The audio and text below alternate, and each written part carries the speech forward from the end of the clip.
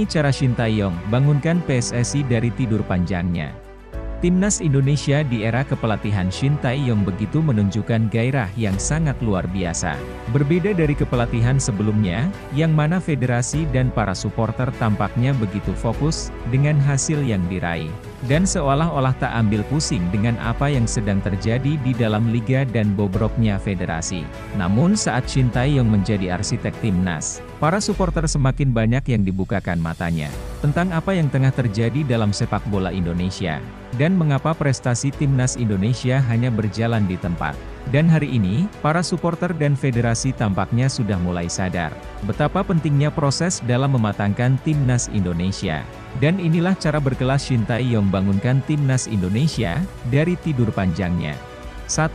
Minta anak asuhnya untuk berkarir ke liga luar. Pada era Shin Tae-yong, tren bermain di luar negeri tampaknya menjadi sesuatu yang diidam-idamkan oleh para pemain. Keluar dari zona nyaman, yaitu bermain di Liga 1 tampaknya diyakini akan mendongkrak performa pemain tersebut.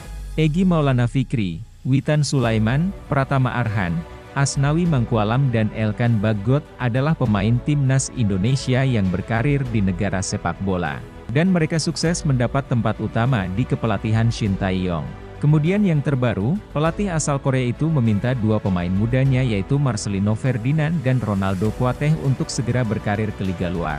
Karena Shin Tae-yong paham, yang mendasari mengapa kualitas pemain Indonesia seperti tak berkembang adalah cara latihan di liga kita yang masih tak kunjung mengikuti zaman. Seperti passing yang masih amburadul, weight training yang tak menjadi prioritas, yang mana membuat pemain sering terlihat kalah duel dan cepat habis stamina.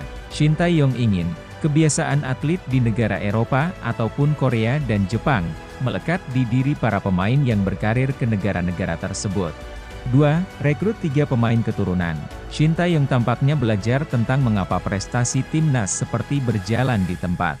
Ia sadar kualitas pemain yang ada di tubuh timnas tak cukup mampu untuk bersaing walau hanya di tingkat ASEAN.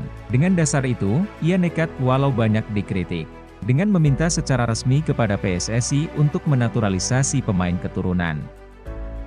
Awalnya banyak pihak yang menentang hal itu, namun akhir-akhir ini, haters naturalisasi tampaknya sudah tak lagi muncul di permukaan. Pihak-pihak yang sebelumnya getol menolak, tampaknya sekarang sudah memutuskan untuk ikut serta mendukung program tersebut. Bahkan jika 3 pemain keturunan tersebut resmi bergabung, maka akan ada 6 pemain keturunan yang masuk dalam skuad inti timnas. Mereka adalah Shane Patinama, Sandy Walsh, Jordi Amat, Stefano Lillipali, Elkan Bagot dan Mark Klok. Walaupun dikritik akan mematikan kesempatan pemain lokal, namun para supporter tampaknya sudah bosan melihat alasan basi semacam itu. Para supporter bukan butuh tangisan saat menyanyikan lagu Indonesia Raya, namun tak disiplin bak seorang atlet. Supporter timnas sudah rindu akan juara, yang mana hal itu telah sangat lama tak kunjung hadir bagi timnas senior. Walau sampai detik ini, timnas di bawah asuhan Shin Tae-yong masih belum mampu mengukir juara, namun progresnya terlihat jelas. Mari support terus timnas Indonesia menuju ke arah yang lebih baik.